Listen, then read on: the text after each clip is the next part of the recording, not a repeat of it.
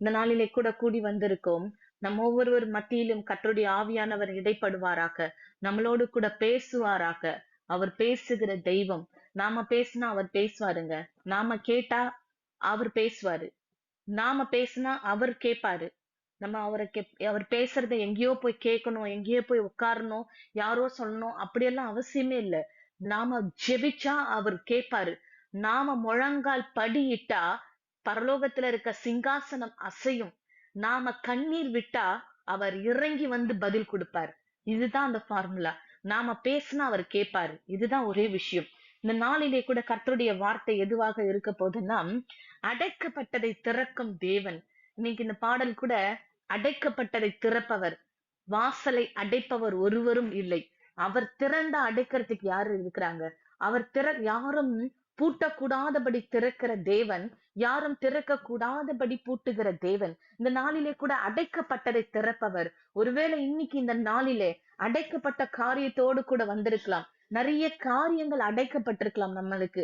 இந்த நாள்ல நம்மளுடைய பினான்சியல் ஸ்டெபிலிட்டி, நம்மளுக்கு ஒருவேளை பினான்சியல் ப்ராப்ளம், தேவைகள் சந்திக்கப்படாம அடைக்கப்பட்டு இருக்கா? கேட்ட இடத்துல நான் பணம் கேட்டிருக்கேன் சிஸ்டர், என் பிள்ளைங்களுடைய படிப்புக்காக ஒரு இடத்துல நான் கேட்டிருக்கேன், இந்த காரியத்துக்காக கேட்டிருக்கேன், அந்த காரியத்துக்காக கேட்டிருக்கேன் அப்படின்னு சொல்லிட்டு நம்ம கேட்டிருக்கலாம். ஒருவேளை அது வருமா வராதான்னு ஒருவேளை அந்த இடத்துல கேட்ட இடத்துல மனுஷர்கள் அந்த வாசலை அடைச்சிருக்கலாம். ஒருவேளை தேவைகளுக்காக நம்ம வேற இடத்துல எங்கன்னா எதிர்பார்த்திருந்தோம்னா அந்த தேவையை மனுஷன் அடைச்சிருக்கலாம். இல்ல திருமண காரியங்கள், இல்ல கர்ப்பத்தின் காரியங்கள், இல்ல குடும்பத்தின் காரியங்கள், இல்ல கணவரின் காரியங்கள், இல்ல பலவீனங்கள், இல்ல வியாதி, ஏதோ ஒரு காரியம். இந்த இடத்துல வந்திருக்கிற ஒவ்வொருவருக்கும் ஒவ்வொரு விதமான தேவைகள் நமக்கு இருக்கு. ஏதாவது ஒரு தேவை இருக்கு, ஏதோ ஒரு பர்பஸ், ஏதோ ஒரு காரணம். எனக்கு இந்த இடத்துல வந்திருக்கிறேங்க, எனக்கு ஆண்டவர் ஒரு அற்புதம் செய்யணும், கட்டாயம் அவர் எனக்கு செஞ்சுதான் ஆகணும், எனக்கு செய்யாம வேற யாருக்கு செய்ய போறாருன்னு சொல்லி விசுவாசத்தோடு கூட வந்திருக்கிறோம். அவர் அடைக்கப்பட்டதை திறக்கிற தேவன் சொல்லிட்டு வேதத்துல எழுதப்பட்டிருக்கு. அது உங்களுடைய வாசல்கள், அது எந்த வாசலாக கூட இருக்கலாம். ஒருவேளை சரீரத்தின் வாசலாய் காணப்படலாம். என்னுடைய பலன் என்ற வாசல் அடைக்கப்பட்டிருக்கு, என்னுடைய பொருளாதாரம் என்ற வாசல் அடைக்கப்பட்டிருக்கு, எனக்கு மன நிம்மதியான ஒரு என் குடும்பத்துல ஒரு சமாதானம் என்ற வாசல் அடைக்கப்பட்டு இருக்கு, என் வாழ்க்கையில என் கணவருக்கும் எனக்கும் இருக்கிற அந்த அன்புன்ற வாசல் எங்களுக்குள்ள அடைக்கப்பட்டு இருக்கு, என் பலன் என்ற வாசல் அடைக்கப்பட்டிருக்கு, என் கர்ப்பம் என்ற வாசல் அடைக்கப்பட்டிருக்கு, திருமணம் என்ற வாசல் அடைக்கப்பட்டிருக்கு, வேலை என்ற வாசல் அடைக்கப்பட்டிருக்கு. இப்படி எத்தனையோ காரியங்கள் நம்மளுக்கு அடைக்கப்பட்ட சூழ்நிலைகள்ல வந்திருக்கலாம். ஆனால் அவர் அடைக்கப்பட்டதை திறக்கும் தேவனாய் காணப்படுகிறார். எப்படி அடைக்கப்பட்டதை அவர் திறக்கிறார் என்றால், யோசுவாவின் புத்தகம் 6வது அதிகாரம் 1வது வசனத்தை நாம் இந்த நாளிலே நாம் படித்து கவனிப்போமாக. எரிகோ இஸ்ரவேல் புத்திரருக்கு முன்பாக அடைக்கப்பட்டிருந்தது. ஒருவரும் வெளியே போகவும் இல்லை, ஒருவரும் உள்ளே வரவும் இல்லை. எரிகோ பாருங்க, ஆண்டவர் கொண்டு வந்த இஸ்ரவேல் ஜனங்கள், கர்த்தரால் ஆசீர்வதிக்கப்பட்ட ஜனங்கள். இந்த ஜனங்களுக்கு முன்பாக எரிகோ பட்டணம் இஸ்ரவேல் புத்திரருக்கு முன்பாக அடைக்கப்பட்டிருக்கிறது. இந்த நாளிலே கூட நீங்க இந்த இடத்துல கூடி வந்திருக்கலாம். எனக்கும் இந்த எரிகோ, இந்த காரியம் எரிகோவை போல அடைக்கப்பட்டு இருக்கிறது, இந்த காரியம் எரிகோவை போல எனக்கு அடைக்கப்பட்டிருக்கு, இந்த வாசல் எரிகோவின் வாசலை போல அடைக்கப்பட்டிருக்கு, இந்த காரியம் எரிகோவின் மதிலை போல எனக்கு அடைக்கப்பட்டு இருக்குதுன்னு சொல்லிட்டு ஒருவேளை இந்த இடத்துல நம்ம வந்திருக்கலாம். ஒருவரும் உள்ளே போகவும் இல்லை, ஒருவரும் வெளியே வரவும் இல்லை.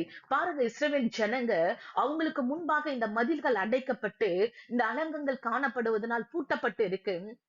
இஸ்ரவேல் ஜனங்களால உள்ள போகவும் முடியல, வெளியே வரவும் முடியல. அதுக்கப்புறமான வசனங்கள் பாருங்க. கர்த்தர் யோசுவாவை நோக்கி, இதோ எரிகோவையும் அதன் ராஜாவையும் யுத்த வீரரையும் உன் கையில் ஒப்பு கொடுத்தேன். ஒப்பு கொடுப்பேன்னு சொல்லல, நான் ஒப்பு கொடுக்க போறேன் யோசுவான்னு சொல்லல. ஆண்டவருடைய வார்த்தை வசனம் பாருங்க. இதோ எரிகோவையும், உனக்கு முன்பாக இருக்குதுல இந்த மதில், அதை நான் உன் கையில ஒப்பு கொடுத்துட்டேன். அதனுடைய ராஜா, எந்த காரியத்துல உங்களை ஆட்டி படைக்கிற காரியங்கள், அதன் அதிபதி, அந்த காரியத்துல மனுஷர் என்ற அதிபதியாக உட்கார்ந்து இருக்கலாம், ஒருவேளை பிசாசின் தந்திரம் என்ற அதிபதியாக உட்கார்ந்து இருக்கலாம். ஏதோ ஒரு விதத்துல நமக்கு ஒரு அதிபதி முன்பாக காணப்படுகிறான். ஆனால் ஆண்டவருடைய வார்த்தை, இன்று கர்த்தருடைய வார்த்தை சொல்லுகிறது இயேசுவை நோக்கி, எரிகோவையும் அதன் ராஜாவையும் யுத்த வீரரையும் உனக்கு முன்பாக உன் கையில் நான் ஒப்பு கொடுத்தேன். யுத்த புருஷராகிய நீங்கள் அனைவரும் பட்டணத்தை சூழ்ந்து ஒரு தரம் சுற்றி வாருங்கள். இப்படி 6 நாள் செய்ய கடவீர்கள். 7 ஆசாரியர் பெட்டிக்கு முன்பாக 7 கொம்பு எக்காலங்களை பிடித்து கொண்டு போக வேண்டும். 7ஆம் நாளிலே பட்டணத்தை 7 தரம் சுற்றி வர கடவார்கள்.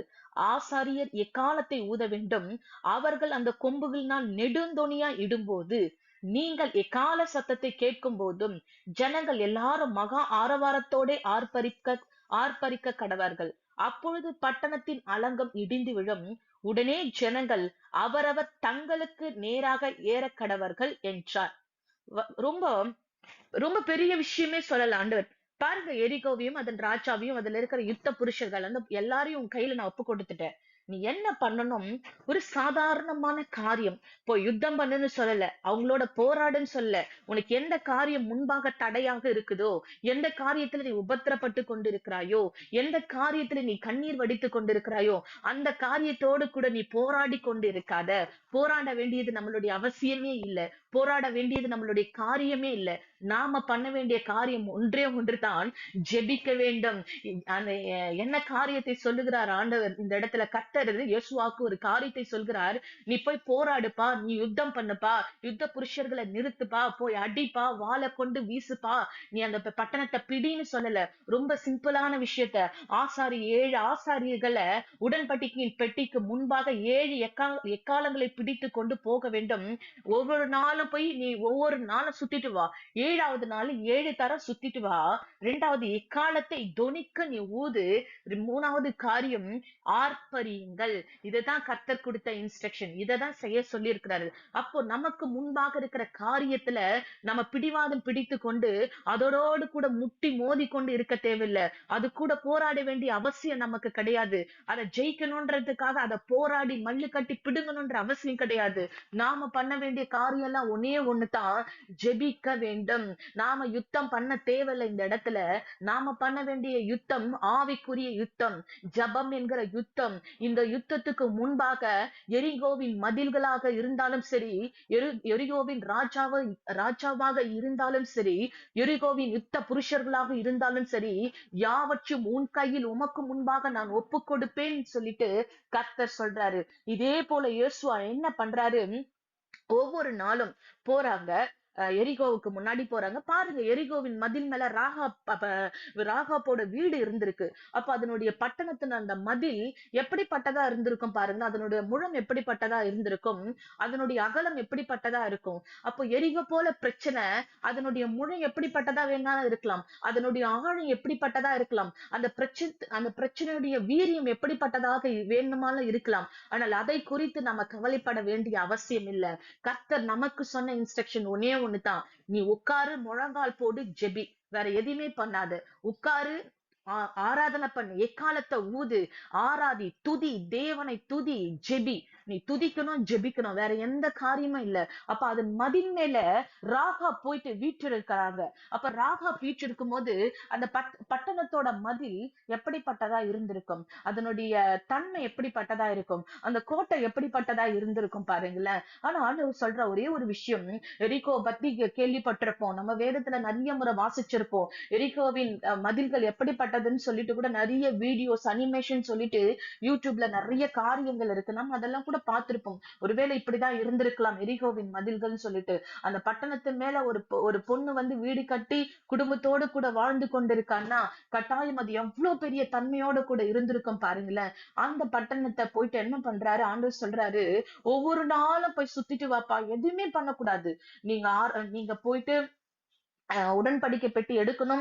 7 ஆசாரியர்கள் என்ன பண்ணணும்? உடன்படிக்கை பெட்டிக்கு முன்பாக எக்காலத்தை கொடுக்கணும். 7 எக்காலத்தை பிடித்து கொண்டு நீங்க போகணும். யாருக்கூடும் எந்த வார்த்தையும் பேசக்கூடாது. யுத்த புருஷர்களை அணியா நிறுத்தணும். எப்படி ஒரு ஒழுக்கத்தை சொல்லி தராரு. அணியாக ஒழுக்கம், கிரமத்தை நம்ம இந்த இடத்துல பாக்குறோம். எல்லாம் ஏதோ ஏனோ தானோன்னு சொல்லிட்டு மந்தையா போய் சுத்திட்டு வரல. ஒரு அணி, ஒரு ஒபீடியன்ட், ஒரு ஒரு ஒரு ஒழுக்கம் அந்த இடத்துல இருக்கு, ஒரு கிரமம் அந்த இடத்துல இடத்துல இருக்கு. அணி அணியா நிறுத்துறாரு. எப்படி நிறுத்துறாரு? முதலாவது ஆசாரியர்களை நிறுத்துறாரு. அவர்கள் கூட என்ன இருக்கு? எக்காலத்தை பிடிச்சிட்டு இருக்காங்க. அடுத்தது என்ன இருக்கு? உடன்படிக்கையின் பெட்டி இருக்கு. அடுத்தது யுத்த புருஷர்கள் நிக்கிறாங்க. இதுக்கு முன்பாக இயேசுவா போறாரு. போறாங்க, அந்த மதில சுத்திட்டு என்ன பண்றாங்க? ஒரு நாள் போறாங்க, அந்த எரிகோவின் மதில சுத்திட்டு வராங்க. 2வது நாள் போறாங்க, சுத்திட்டு வராங்க. நல்லா யோசிச்சு பாருங்களேன். ஒரு நாடு இன்னைக்கு இருக்கிற சூழ்நிலையில யோசிச்சு பாருங்க. நம்மளுடைய ஆர்மி பர்சன்ஸ் போயிட்டு ஒரு கண்ட்ரிய போயிட்டு டெய்லி ஒவ்வொரு டைமும் ஒவ்வொரு ரவுண்ட் போய் சுத்திட்டு ஒரு இடத்த பர்டிகுலர் பிளேஸ போய் சுத்திட்டு வந்தா எப்படி இருக்கும்? அங்க இருக்கிறவங்க எல்லாம் எவ்வளவு கிண்டல் பண்ணிருப்பாங்க, எவ்வளவு ஏளனமா பார்த்திருப்பாங்க, சிரிச்சிருப்பாங்க. என்னங்க பைத்தியக்கார மாதிரி பண்றான்? எல்லாரும் வராங்க, யுத்தம் பண்ணுவாங்கன்னு பார்த்தா ஒரு பட்டணத்தை பிடிக்கணும்னா என்ன பண்ணணும்? யுத்தம் பண்ணணும், அவங்கள மேற்கொள்ளணும், அவங்களோட கூட சண்டை போடணும், அவங்க கூட போட்டி போடணும். அது மாதிரி எல்லாம் பண்ணிட்டு தான் அந்த இடத்துல அவங்கள கொன்றுதான் அந்த இடத்த நம்ம பட்டணத்தை பிடிக்கணும். இதுதான் ஒரு பட்டணத்தை பிடிக்கிறதுக்கான ரூல்ஸ். ஆனா இவங்க இது எல்லாத்துக்கும் மேல தலைகீழா பண்றாங்க. போறாங்க, அணி அணியா நிறுத்துறாங்க, உடன்படிக்கை பெட்டி போகுது, யோசுவா போறாரு, ஒருத்தரும் ஒருத்தரோட ஒரு வார்த்தையும் பேசல. டெய்லி சூரியன் உதிக்கும் போது எழுந்துக்கிறாங்க, ஆயத்தமாகறாங்க, போறாங்க, அந்த பட்டணத்தை சுத்துறாங்க, ஒவ்வொரு நாளும் வராங்க. இப்படியா என்ன பண்றாங்க? போகும் பொழுது அப்ப அந்த பட்டணத்தின் வாசல்களை காவல் காக்கிறவர்கள், காவலர்கள், அந்த கதவுக்கு முன்பாக இருந்திருந்தவங்க, அந்த பட்டணத்தின் மதில் மேல் சுற்றிலும் இருக்கிற காவலர்கள் எப்படி சிரிச்சிருப்பாங்க, எப்படி ஏளனப்படுத்தி இருப்பாங்க, எவ்வளவு கிண்டலா பார்த்திருப்பாங்க பாருங்க. என்ன பைத்தியக்கார மாதிரி பண்றாங்க இவங்க எல்லாம். எல்லாம் பைத்தியம் பிடிச்சிருக்குமோ இந்த ஜனங்களுக்கெல்லாம்? டெய்லி வருதுங்க, ஏதோ பண்ணுதுங்க, சுத்துதுங்க, போறாங்க. டெய்லி வராங்க, ஒரு நாள் பார்த்திருப்பாங்க, ஏதோ பண்றாங்க போல இருக்குன்னு சொல்லிட்டு ஆச்சரியமா பார்த்திருப்பாங்க. அதே நாள் 2வது நாள் போகும்போது சிரிச்சிருப்பாங்க, 3வது நாள் போகும்போது சிரிச்சிருப்பாங்க. இப்படி 6 நாளும் கடந்து வராங்க. 7வது நாள் ஒரு பரிபூரணத்தின் நாள். 7 என்பது வேதத்துல பரிபூரணத்தை குறிக்கிறது. அந்த பரிபூர்ணமான ஒரு நாள். அந்த அதிகாலை வேளையில அவங்க எழுந்துக்கிறாங்க. சூரியன் உதிக்கும் பொழுது அவங்க ஆயத்தப்படுறாங்க. யுத்த புருஷர்கள் அணி அணியா நிக்கிறாங்க. ஆசாரியர்கள் இக்காலத்தை பிடித்துக் கொண்டு நிக்கிறாங்க.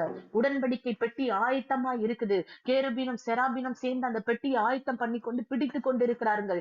லேவியர்கள் நிக்கிறாங்க, ஆசாரியர்கள் இருக்கிறாங்க அந்த இடத்துல, யுத்த புருஷர்கள் இருக்கிறாங்க, இஸ்ரவேலர்கள் இருக்கிறாங்க. எல்லாத்துக்கும் முன்பாக இயேசுவா நிக்கிறாரு. இயேசுவா நின்று கொண்டு என்ன பண்றாங்க? 7வது நாள் போயிட்டு என்ன பண்றாங்க? ஒரு தடவை சுத்திட்டு வராங்க. 2வது தடவை சுத்திட்டு வந்திருப்பாங்க. 5 நாள் சுத்தி இருப்பாங்கங்க. 6வது நாள் போகும்போது அவங்களுக்குள்ள ஒரு பயம் வந்திருக்கல்ல. 5 நாள் வந்திருக்காங்க. டெய்லி வராங்க, சுத்துறாங்க. 6வது நாள் அவங்களுக்குள்ள ஒரு பயம் உண்டாயிருக்கும், ஒரு திகில் உண்டாயிருக்கும். 7வது நாள் வராங்க திரும்பவும் வந்தவங்க ஒரு தடவை சுத்திட்டு போவாங்கன்னு பார்த்துட்டு இவங்களும் சிரிச்சிருக்கலாம். 6 நாள் வந்தாங்க, 7வது நாளும் வந்திருக்காங்க. என்ன பண்ண போறான்? சுத்துவான். எல்லாத்தையும் சுத்தி முடிச்சுட்டு அவங்க பாட்டுன்னு கிளம்பி யார்கிட்டயும் எதையும் பேசாம கிளம்பி போக போறாங்கன்னு சொல்லிட்டு எதிர்பார்த்துட்டு இருந்திருப்பாங்க. ஆனா அன்றைய நாள் அப்படி நடக்கல. ஒரு வித்தியாசத்தை தேவன் உண்டு பண்ணினார். என்ன பண்ணாரு பாருங்க. 7வது நாள் ஒரு தடவை சுத்திட்டு வராங்க. 2வது தடவை சுத்திட்டு வராங்க. இந்த மதில் மேல், அலங்கத்தின் மதில் மேல் இருந்த காவலர்களுக்கு ஒரு பயம் உண்டாயிருக்கும்ல, ஒரு திகில் உண்டாயிருக்கும். என்னடா ஒரு தடவை சுத்திட்டு போவாங்கன்னு பார்த்தா ஒரு தடவை சுத்துனாங்க, 2வது தடவை சுத்துனாங்க, 3வது தடவை ஒரு நிசப்தம், 3வது தடவை சுத்துறாங்க, 4வது தடவை, 5, 6, 6வது முறை சுத்தி வரும்பொழுது ஆண்டவர் ஒரு காரியத்தை அந்த இடத்துல, ஒரு நிசப்தத்தை, ஒரு அமைதியை உண்டு பண்ணிருப்பார். ஒரு புயல் வருவதற்கு முன்பாக தேவன் எதை அனுப்புவார்? ஒரு நிசப்தமான ஒரு அமைதி தன்மையை அனுப்புவார். அதே போலதான் இந்த அலங்கம் உடைவதற்கு முன்பாக தேவன் ஒரு அமைதி அந்த இடத்துல, அந்த அமைதி எப்படிப்பட்டதா இருக்கும்? பயமும் திகிலும் விசனமும் மரண பயமும் கலக்கமும் உண்டான ஒரு விசனமாய் உண்டாயிருக்கும். அந்த 7வது முறை சுத்தி வருகிறார்கள். சுத்தி வரும் பொழுது தேவன் அசைவை உண்டு பண்ணுகிறார், இவர்களுக்காக இறங்குகிறார். யோசுவா 6வது அதிகாரம் 20வது வசனம் என்ன பண்றாங்க பாருங்க. எக்காலங்களை ஊதுகையில் ஜனங்கள் ஆர்ப்பரித்தார்கள். எக்கால சத்தத்தை ஜனங்கள் கேட்டு மகா ஆரவாரத்தோட முழங்குகையில் அலங்கம் இடிந்து விழுந்தது. உடனே ஜனங்கள் அவரவர் தங்களுக்கு நேராக பட்டணத்தில் ஏறி பட்டணத்தை பிடித்து, அப்போ அந்த 7வது தடவை சுத்தி வரும் பொழுது எக்காலங்களை ஊதுகையில் ஜனங்கள் என்ன பண்றாங்க? ஆர்ப்பரிக்கிறார்கள். எப்படி இருந்திருக்கும் பாருங்க. 6 நாள் சுத்தி வந்தாங்க, 7வது நாள் 6 முறை சுத்திட்டாங்க. இப்போ 7வது முறை சுத்தி வராங்க. சுத்தி வந்த உடனே எக்காளங்கள், ஆசாரியர்கள் பிடித்திருந்த அந்த எக்காளங்களை ஊதுகையில் ஜனங்கள் ஆர்ப்பரித்தார்கள். அந்த ஆர்ப்பரிப்பு எதிரிக்கு எப்படி இருந்திருக்கும்? இதே முதல் நாள் போய் ஆர்ப்பரித்திருந்தா எப்படி இருந்திருக்கும்? ஒண்ணுமே இருந்திருக்காது, சிரிச்சிருப்பாங்க. ஆனா கர்த்தர் சொல்றாரு, ஒருத்தரோட கூட ஒருத்தரும் பேசாதீங்க. 7வது நாள் வரட்டும். 7வது நாள் 6 முறை சுத்திட்டு 7வது முறை சுத்தி வந்த உடனே எக்காலத்தை ஊதி நீங்க என்ன பண்ணுங்க, ஆர்ப்பரியுங்கள். அப்போ 7வது நாள் ஆர்ப்பரிப்பின் சத்தம் எப்படிப்பட்டதா இருக்கும்? நான் யோசிச்சு பார்த்தேங்க. 7வது நாள் இதை ஆர்ப்பரிக்கும் பொழுது 7வது அந்த ரவுண்ட்ல எப்படி இருந்திருக்கும்? அத்தனை இஸ்ரவேல் ஜனங்களும் முன்பாக நின்று அவர்கள் ஆர்ப்பரித்த பொழுது பாருங்க, கர்த்தருடைய பிள்ளைகளுடைய ஆர்ப்பரிப்பு எதிரிக்கு எப்படி இருந்திருக்கும்? சிங்கம் கெர்ஜிக்கிறதை போல இருந்திருக்கும். 7வது நாள் அவங்களுக்கு இஸ்ரவேல் ஜனங்கள் எப்படிப்பட்டவர்களாய் தோன்றியிருப்பார்கள்? அவங்க சிங்க சொப்பனம் போல அவங்களுக்கு காணப்பட்டிருப்பாங்க. அவங்களுடைய சத்தம் வானத்தை கிழிக்கிற சத்தமாய் காணப்பட்டிருக்கும் போல இருக்கு. அதனாலதான் அவங்களுக்குள்ள அந்த கோட்டையை சுற்றிலும் மதில் மேல் இருந்தவர்களுக்கு மரண பயமும் கலக்கமும் நடுக்கமும் அவர்களை பிடித்து ஒரு ஒரு ஒரு விதமான ஒரு மரண பயத்தை அவங்களுக்கு உண்டு பண்ணினது. பாருங்க, எக்கால சத்தத்தை ஜனங்கள் கேட்டு மகா ஆரவாரத்தோட முழங்குகையில், சும்மா முழங்கலங்க, மகா ஆரவாரத்தோட முழங்குகையில், எத்தனை லட்ச ஜனங்கள் இயேசுவா நடத்தி கொண்டு போனார். அத்தனை லட்ச ஜனங்களும் எரிகோவின் மதிலுக்கு முன்பாக அவர்கள் மகா ஆரவாரத்தோட முழங்கும் பொழுது அலங்கம் இடிந்து விழுந்தது. ஒரு 1000 பேர், ஒரு 2000 பேர் கூடி, ஒரு 10,000 பேர் கூடி ஒரு இடத்துல ஆராதிச்சாவே அந்த இடம் அதிரும். ஆனா லட்சக்கணக்கான இஸ்ரவேல் ஜனங்கள் எரிகோவின் அலங்கத்திற்கு முன்பாக நின்று அந்த எக்காலம் எப்படிப்பட்டதா இருக்கும்? தூதர்கள் பிடித்திருந்த எக்கால சத்தத்தை போல கேட்டிருக்கும். அவர்கள் எக்காலம் ஊதுகையில் பரலோகத்தில் இருக்கிற தேவன் அவர்களுக்காக இறங்கி வந்திருப்பார். அந்த எக்கால சத்தம் பரலோகத்தை எட்டி இருக்கும். அந்த எக்கால சத்தம் பரலோகத்தை ஆயத்தம் பண்ணிருக்கும். அந்த எக்கால சத்தம் பரலோகத்தில் இருக்கிற தேவனை இவர்களுக்காக யுத்தம் பண்ண அழைத்திருக்கும். அந்த சத்தம் எப்படிப்பட்டதாய் மாறினது? கர்த்தரை யுத்தத்துக்காக ஆயத்தம் பண்ணின சத்தமாய் மாறினது. இவர்கள் ஆர்ப்பரித்தார்கள். எதிரிக்கு பயமும் நடுக்கமும் மரண திகிலும் அவர்களை பிடித்து கொண்டு உலுக்கி எடுத்தது. இந்த நாளிலே கூட பாருங்க, அடுத்த வசனம் சொல்லுது, அவர்கள் ஆரவாரத்தோடு முழங்கையில் அலங்கம் இடிந்து விழுந்தது. அவங்க முழங்கும் போது அலங்கங்க ஒருத்தராலும் ஒண்ணுமே பண்ண முடியாது. அந்த யாருக்கு? அந்த எரிகோவின் ராஜாவுக்குள்ள ஒரு மேன்மை இருந்தது, ஒரு பெருமை இருந்தது. என்ன விதமான பெருமை தெரியுமா? எரிகோவின் மதிலை குறித்த ஒரு பெருமைன்னு சொல்லி இருக்குது. எரிகோவின் மதிலை குறித்த ஒரு மேட்டின்மை இருந்தது. யாராலும் எவராலும் இந்த மதிலை ஒன்றும் செய்ய முடியாது, ஒன்றுமே பண்ண முடியாது. எப்பேற்பட்ட யுத்தம் வந்தாலும் இந்த மதில் ஒரு கல்ல கூட அசைக்க முடியாதுன்னு சொல்ற ஒரு பெருமை அவர்களுக்குள் இருந்தது. ஆனா பாருங்க, இவங்க யுத்தம் பண்ணல, சண்டை போடல, எதுவுமே பண்ணல.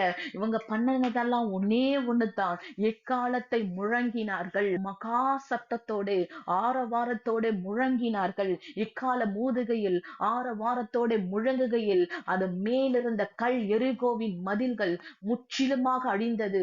சும்மா ஏதோ சும்மா வாழலங்க, நல்ல பெரிய சீன பெருஞ்சுவரை பாரு எப்படி இருக்குது, அந்த மாதிரி இருந்திருக்கும் போல இருக்கு. அந்த மதில் மேலேயே வீடு கட்டி வாழ்ந்திருக்காங்கன்னா அது எப்படிப்பட்டதா இருக்கும் பாருங்க. ஆனால் இஸ்ரவேலின் ஜனங்களுடைய சத்தம், அந்த சத்தத்தின் அதனுடைய ஆர்ப்பரிப்பினால் அந்த அலங்கம் எப்படி விழுந்தது? எல்லாம் வசனம் சொல்லுகிறது, மகா ஆரவத்தோட முழங்குகில் அலங்கம் இடிந்து விழுந்தது. இடிஞ்சு விழுந்திருக்கும். உள்ள இருக்கிறவங்களுடைய நிலைமை பாருங்க. அந்த பட்டணத்துக்குள்ள இருந்தவங்க, அத மதில் மேல் இருந்தவங்க, அதுக்குள்ள இருந்த ராஜாவுடைய நிலைமை, அதன் மேல் இருந்த காவலர்களுடைய நிலைமை, அந்த பட்டணத்துக்குள் இருந்த யுத்த புருஷர்களுடைய நிலைமை எப்படிப்பட்டதா இருந்திருக்கும்? இன்றைக்கு கூட உங்களுக்கும் எனக்கும் தேவன் அடைக்கப்பட்டதை திறக்கிற தேவனாய் இருக்கிறார். நான் முன்னாடியே சொன்னது போல 6ஆம் அதிகாரம் 1 இருக்கு பாருங்க. எரிகோ இஸ்ரவேல் புத்திரருக்கு முன்பாக அடைக்கப்பட்டு இருந்தது. ஒருவரும் வெளியே போகவும் இல்லை, ஒருவரும் உள்ளே வரவும் இல்லை. எரிகோவின் வாசல் அடைக்கப்பட்டு இருந்தது என்று 6ஆம் அதிகாரம் 1வது வசனம் சொல்லுகிறது. ஆனா இதே 6ஆம் அதிகாரம் 20வது வசனம் சொல்லுகிறது என்னன்னு, அலங்கம் இடிந்து விழுந்தது என்று இருக்கிறது.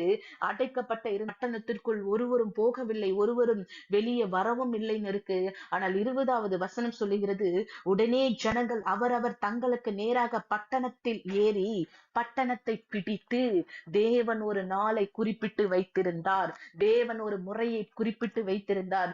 அசாதாரணமான காரியங்கள் இது நடக்குமா, இது முடியுமா, இது நமக்கு நடக்குமா, நடக்கிறதுக்கான ஒரு சூழ்நிலையிலேயே அந்த பட்டணத்துல இருந்த காவலர்கள் எப்படி சிரிச்சிருப்பாங்க, எப்படி இஸ்ரவேல் ஜனங்களை பார்த்திருப்பாங்க, எப்படி நகைத்திருப்பார்கள், எப்படி ஏளனம் பண்ணி இருப்பாங்க. ஆனா பாருங்க, எதையும் அவங்க காதுல, நகைக்கிறியா நகை மகனே, சிரிக்கிறியா சிரி, ஏளனம் பண்றியா ஏளனம் பண்ணு, எங்களை தூஷிக்கிறியா தூஷி, நீ என்ன வேணாலும் பண்ணிட்டு போ. எனக்கு ஆண்டவர் ஒரு இன்ஸ்ட்ரக்ஷன் கொடுத்திருக்கிறாரு. என்ன கொடுத்திருக்கிறாரு?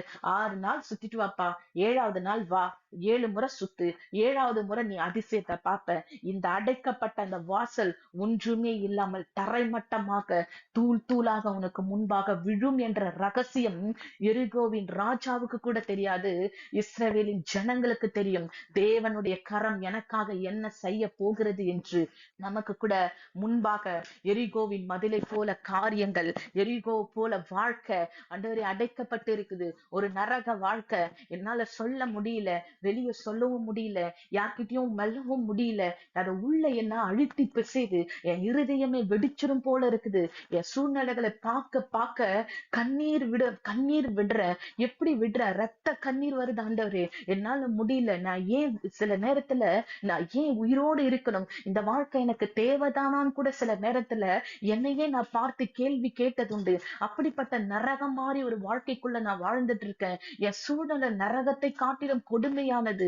என் சூழ்நிலைக்குள்ள யாராலும் வாசம் பண்ண முடியாது ஆண்டவரே, என்னால முடியவே முடியாது. அப்படிப்பட்ட ஒரு சூழ்நிலைகளுக்குள்ளாக நான் கடந்து செல்கிறேன். இதெல்லாம் மாறுன்றதுக்கான ஒரு அடையாளமும் எனக்கு இல்லை. அதற்கான ஒரு அனுகூலமான காரியமும் எனக்கு இல்லை.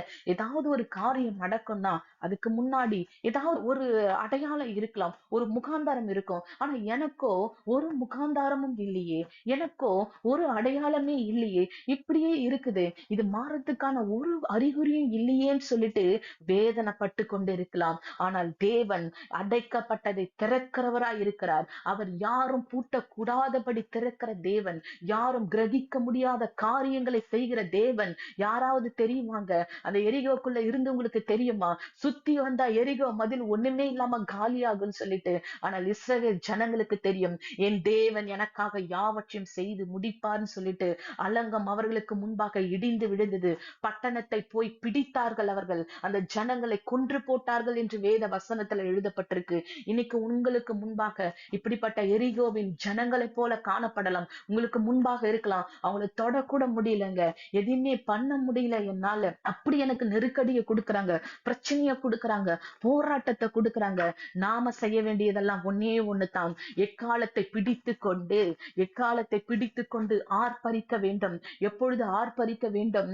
எக்காலத்தை பிடித்து ஆர்ப்பரிக்க வேண்டும். அந்த எக்காலம் என்பது நம்மளுடைய வாயில தேவன் வைத்திருக்கிற துதிதான் எக்கால சத்தம். உங்களால எவ்வளவு முடியுமோ பரலோகம் கேட்கும் பொழுது பாருங்க, ஆசாரியர்கள் அந்த 7 எக்காலத்தை பிடித்து கொண்டு ஊதும் பொழுது கர்த்தர் அவர்களுக்காக இறங்கி வந்தார். பரலோகம் அவர்களுக்காக ஆயத்தப்பட்டது.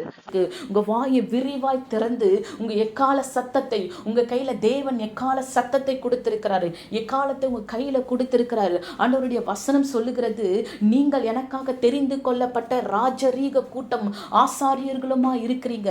ராஜரீகமான ஆசாரிய கூட்டம். நாமெல்லாம் யாரு? தேவன் தெரிந்தெடுத்த ராஜரீகமான ஆசாரியர் கூட்டமாய் நாம் காணப்படுகிறோம். இங்க பாருங்க, முன்னாடி வசனம் சொல்லுது, 7 ஆசாரியர்கள் பெட்டிக்கு முன்பாக என்ன பண்றாங்க பாருங்க. பெட்டிக்கு முன்பாக அவர்கள் எக்காலங்களை பிடித்து கொண்டு, அப்ப நம்ம தான் ஆசாரியர்களை வச்சிருக்கிறாரு, நமக்கான அந்த எக்காலத்தை பிடித்து கொண்டு என்ன பண்ணணும்? துதிக்க வேண்டும்.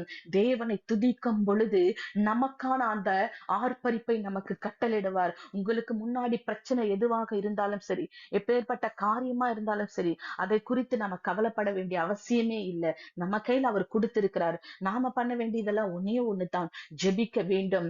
நாம துதிக்க வேண்டும். நாம துதிக்கும் பொழுதும் ஜெபிக்கும் பொழுதும் தேவன் நமக்காக அடைக்கப்பட்ட எல்லாவற்றையும் அவர் திறந்து கொடுப்பார். எல்லாவற்றிற்கும் முடிவு உண்டு பண்ணி கொடுப்பார். அந்த எரிகோவின் மதில் உடைவதற்காக தேவன் ஒரு நாளை அவர் ஆயத்தம் பண்ணி வைத்திருந்தார். நமக்கும் அவர் ஆயத்தம் பண்ணி வைத்திருக்கிறார். எல்லாவற்றையும் அவர் நமக்காக கிரகிக்க முடியாத காரியங்களை செய்கிற தேவன். நோவாக்காக பாருங்க, தேவன் காற்றையே அனுப்பினார். லோத்துக்காக ஒரு அழிவையே தேவன் நிறுத்தினார். யோசேப்புக்காக தேசத்தின் நிலைமையை மாற்றின தேவன். யோசுவாக்காக சூரியனை நிற்க செய்த தேவன். எரிகோவின் மதில்களை உடைத்த தேவன். மொர்தெகாய்க்காக ராஜாவின் தூக்கத்தை கெடுத்தார். எசேக்கியாவுக்காக காலத்தை மாற்றினார். சாரிபாத் விதவைக்காக ஆற்று தண்ணீரை வர பண்ணினார். இப்படி அநேகருக்காக தேவன் அநேக காரியங்களை செய்து கொடுத்தார். அன்று இயேசுவாக்காகவும் இஸ்ரவேல் ஜனங்களுக்காகவும் அலங்கத்தை இடித்து அடைக்கப்பட்டதை திறந்து கொடுத்த தேவன் இந்த நாளில் நமக்கும் அவர் அடைக்கப்பட்டதை திறந்து கொடுக்க வல்லவராயிருக்கிறார். உங்க பிரச்சனை எதுவாக இருந்தாலும் சரி, அந்த பிரச்சனையை பிடித்து கொண்டு ஓட வேண்டிய அவசியம் நமக்கு கிடையாது. நிர்பந்தம் நமக்கு கிடையாது. நமக்கு தடைகளை நீக்கி போடுவர் நம்மோடு கூட இருக்கிறார்.